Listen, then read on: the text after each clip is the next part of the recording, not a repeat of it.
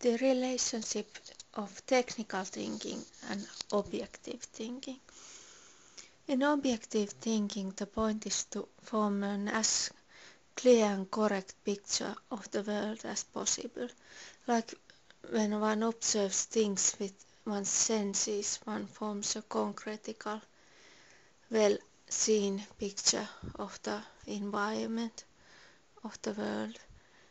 Likewise, in thinking, one tries to observe as much as possible and form an as correct picture of the world as possible.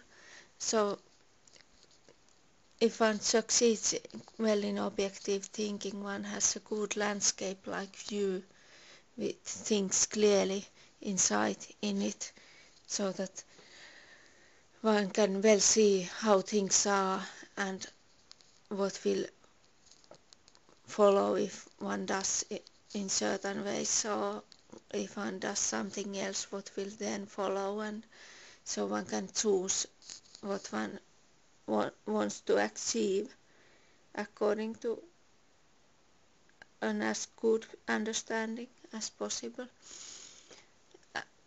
according to kind of a picture which includes all the possibilities, so one can choose the best alternative for one's actions. And so that's something that one needs, just like one in moving needs the landscape like view of the nearest environment, just that way one in living needs a good holistic view of the world to guide one's actions, so that one knows where one will end up when one chooses a certain road. In technical thinking, one doesn't observe so many things. One typically observes just one single thing at a time and thinks that I want to achieve this, so that is why I choose this. But one does not observe the whole landscape. One observes just one characteristic or one point in things, and then connects it with some other points in order to achieve what one has set as goals for oneself. But typically also those goals are something that is kind of technical, just one characteristic.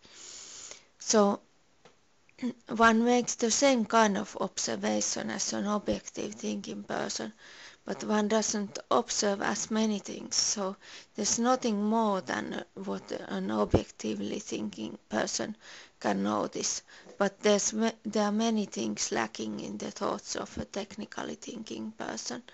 So from the practical point of view, there's nothing much that one can gain by being technical. It's just a huge error that one can make.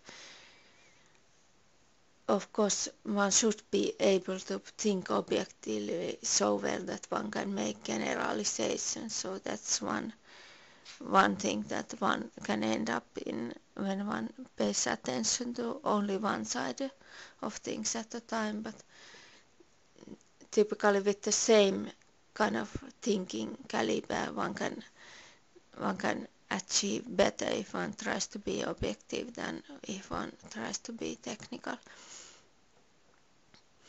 And typically this difference is seen in the appearance of technical and objective people. Objective people typically look more sturdy, kind of